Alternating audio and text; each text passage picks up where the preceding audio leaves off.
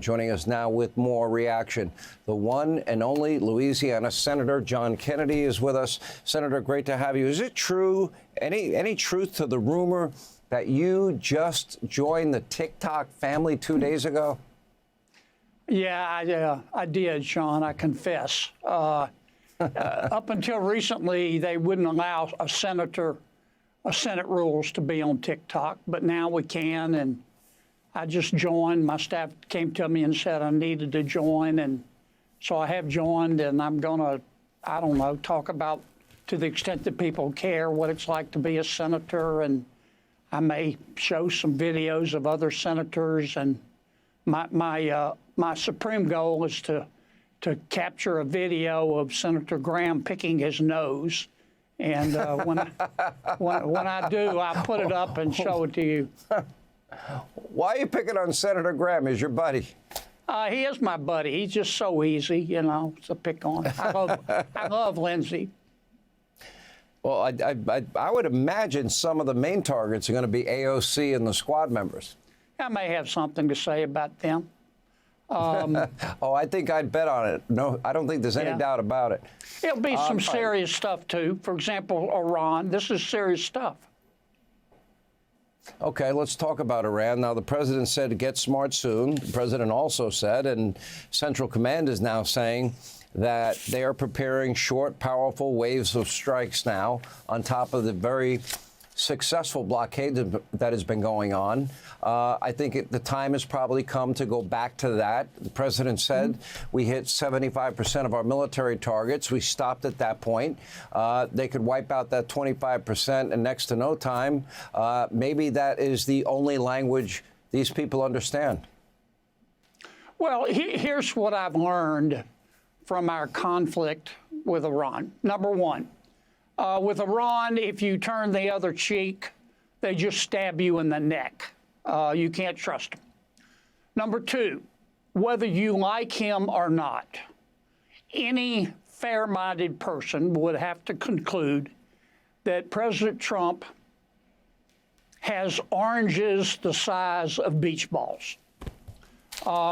He truly is tough as a pine knot. And it's clear to me that in defense of America, he will eat your liver with some fava beans and a nice Chianti. The whole world knows now that America will fight, and everybody's paying attention, including our enemies and especially Iran.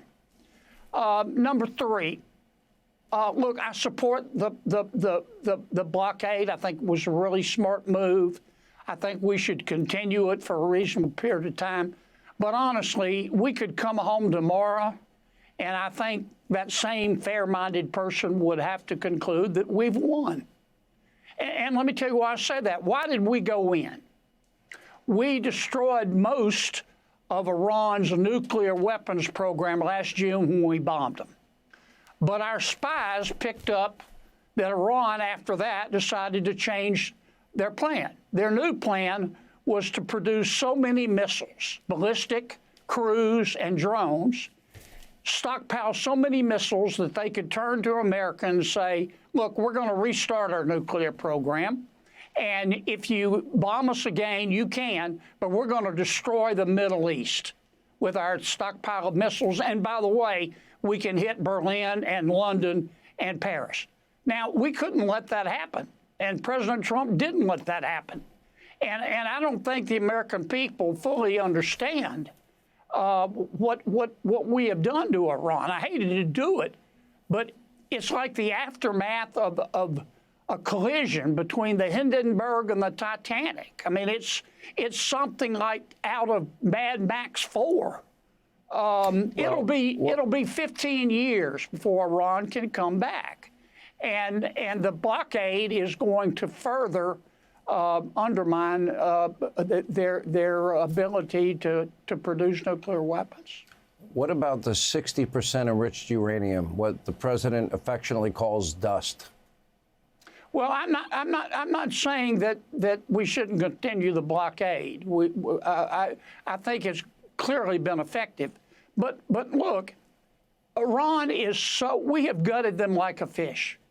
their air defenses are gone. If we came home tomorrow, I would consider it a victory, because if Iran ever starts doing anything with that fissile material, which is buried God only knows how many feet below the surface of the earth, we can go in at any moment and bomb them again. And that's why I say the blockade is, I hate to put it this way, sort of icing on the cake, and the president's going for more concessions, and I think he should. Don't misunderstand me. But we have accomplished what we went in there for. And let me ask you this. What about the free flow of oil at market prices? We don't get our oil from there. We don't get any energy out of the Strait of Hormuz. Other countries do. Yeah. Unless we keep up that blockade, I assume by your comments that you are suggesting the blockade remain in place. Am I wrong? No, that's correct. Okay, so at that point, that means the strait would remain closed. It doesn't mean we won't find alternate routes. We will. It doesn't mean that countries won't buy more American oil and liquefied natural gas. They will. However, that might artificially keep energy prices up, at least in the short term. I don't think the best outcome. I think the best outcome is the Iranians surrender the dust. They get to have an economy. If not, we can obliterate them. We still could hit major targets and make sure they could never be a threat to the free world for the next century if we want to. That's all true. But it has had an impact on the price of oil and natural gas. Now, I don't know if I can put it this way on TV, but I'm going to do it. Go ahead. You do it. The president has Iran by the yin-yang. I mean, there's nothing going in and there's nothing coming out. The only source of revenue that Iran has is the sale of oil, and they can't sell a drop. And they have to continue producing, because if they shut down their wells, as they may have to, because of the low pressure, they'll never get them started again. And I think another 2 to 3 weeks of this blockade, I think the Supreme Leader and the Revolutionary Guard, they're going to have an epiphany and be born again. I'm just saying that everybody in the press is saying, well, we have to have taken their fissile material before we can have a victory, or those that are saying there has to be a regime change before we have a victory. I don't think that's accurate. I think we've won. Now, the president wants more. Do you think we can entomb that? Could we entomb? We know where it is.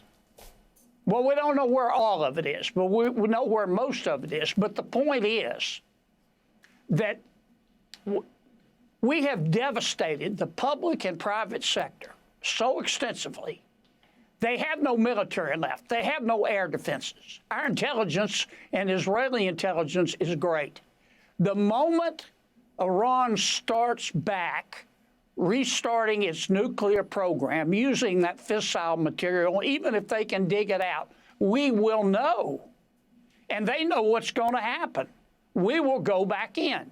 Now, if we can get more out of Iran, if we can make them give up the fissile material, absolutely. And that's what the blockade is putting pressure on them.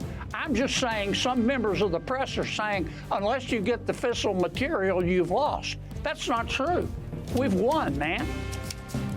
Well, I agree with your assessment. However, I don't want to have to even think about going back there. This should be the last time.